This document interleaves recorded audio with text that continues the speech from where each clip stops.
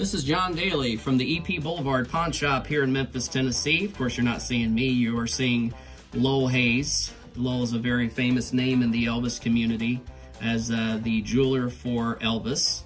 And so Lowell has sat down here at the office, and we're going to talk about a little history of Lowell Hays and Sons, and we're also going to talk about our favorite guy, Elvis Presley. So, Lowell, talk to us about Lowell Hays and Sons. You've got a green jewelry box in your hand that says Lowell Hays and Sons. So the name Lowell Hays on there is not you, right? Well, my dad was Lowell Hays. I'm Junior. I'm Lowell Hays Jr., so that was named for him. Lowell Hays and Sons. So Yeah. if you see anything that says Lowell Hays and Sons. Because I have a brother also, so that's where the Sons came from. Okay. So you are a second generation jeweler. I am. Okay. So what did your dad do? Where was his shop at? What did he have? Well, my dad started in Houston, Texas, moved to Memphis, and opened his shop in the Three Sisters building downtown. And he ended up with having a factory. He was a jeweler that made jewelry with his hands. He was Very hands-on guy. Okay. Very hands-on, a craftsman. And he ended up with six or seven people working on the bench, what we call working on the bench, making jewelry. So he was a factory. Okay. And that's what I grew up. I mean, people ask me, how long have you been in the jewelry business? I said, all my life. I grew up in the jewelry business. Okay. Because he was a jeweler when he married my mom. Wow. So he was in it all his life. yeah. Wow.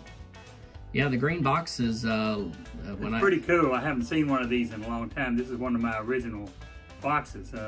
When I was selling Elvis Presley jewelry, all the boxes I used were green boxes like this. Yeah, this one's actually out of my collection. So I was showing that to Lowell, and he gave me the whole story. I was like, "Oh, this is great," Yeah. Pretty cool. I haven't seen one of these boxes in years. The green boxes apparently are a little on the hard side to find. Yeah, it's probably pretty valuable. I don't know, it's a collector's item. Everything now you have is the blue pattern. Yeah, we switched to blue. Okay, so you had so your dad was downtown, and then but you opened up out on Poplar. Right, Okay. I did. Working at the bench wasn't for me. Inside, cooped up inside, working. I wanted to be out, and I wanted to be in with the public, and so my dad opened a store out on Poplar, and that was my store. I Okay. ran that store, and it was very successful. Awesome. Yeah. Awesome. So you were friends with Dr. Nick. Yeah. Dr. Nick was my dad's doctor and also a family friend.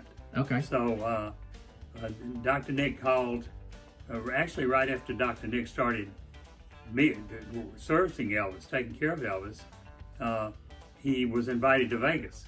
And he called me and asked me if I'd like to go to Vegas with him, that Elvis had sent a plane for him.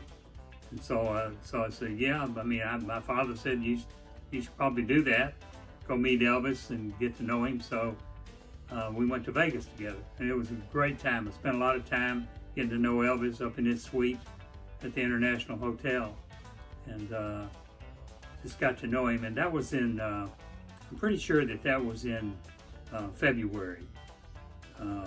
Yeah, he was, so 1970, he was there in January and February of 70.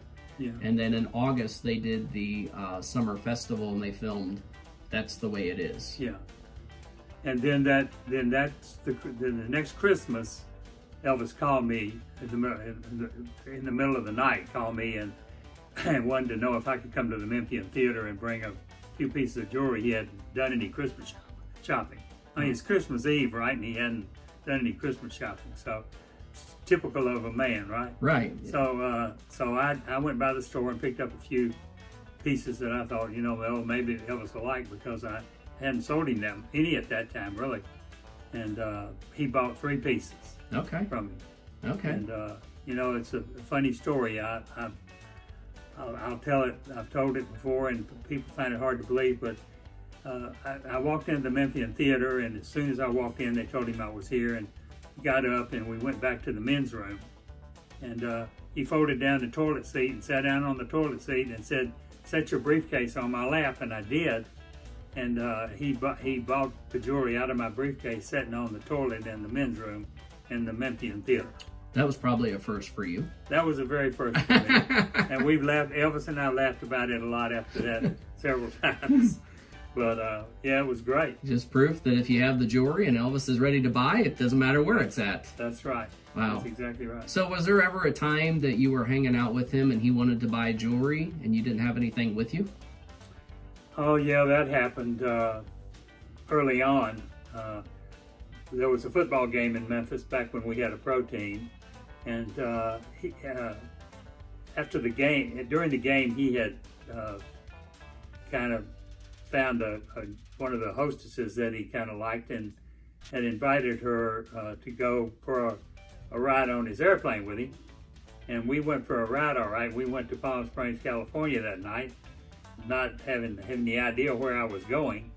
And when we got there, he called me and he said, what have you got, what kind of jewelry you got? I need to buy this young lady's something. And I said, well, Elvis, I came to a football game. I didn't have any jewelry with me. And he was kind of upset about that. He said, well, he said, I'm going to teach you a lesson. So the next morning we went to a jewelry store and he let me help him pick out some things for her. And that was my lesson. And he told me, he said, you know, Lowell, every time you come around me, you should bring jewelry, because he said, I love to buy jewelry. And this, like I said, this was early on, and I was getting to know him. And but from then on, I carried a briefcase that had quite an assortment of jewelry in it, so that he could have choices. Well, we won't show it on this video, but the briefcase does exist, and so we're going to do a couple part series with Lowell on some really fascinating things. So you still are in the jewelry business, and you still sell to Elvis fans. We were talking earlier, Linda had just bought some things. She had? Yeah. So it's amazing that you're still even selling to the people that knew Elvis. Yeah, that's right. Yeah, Linda Thompson just last year bought a couple of TCB necklaces from me for her sons. Yes, I think that's who it's for. Yeah.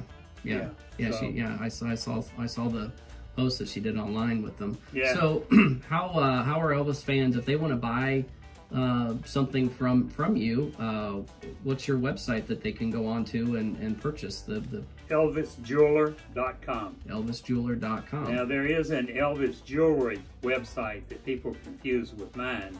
It has nothing to do with me, and it's not a really a legitimate website.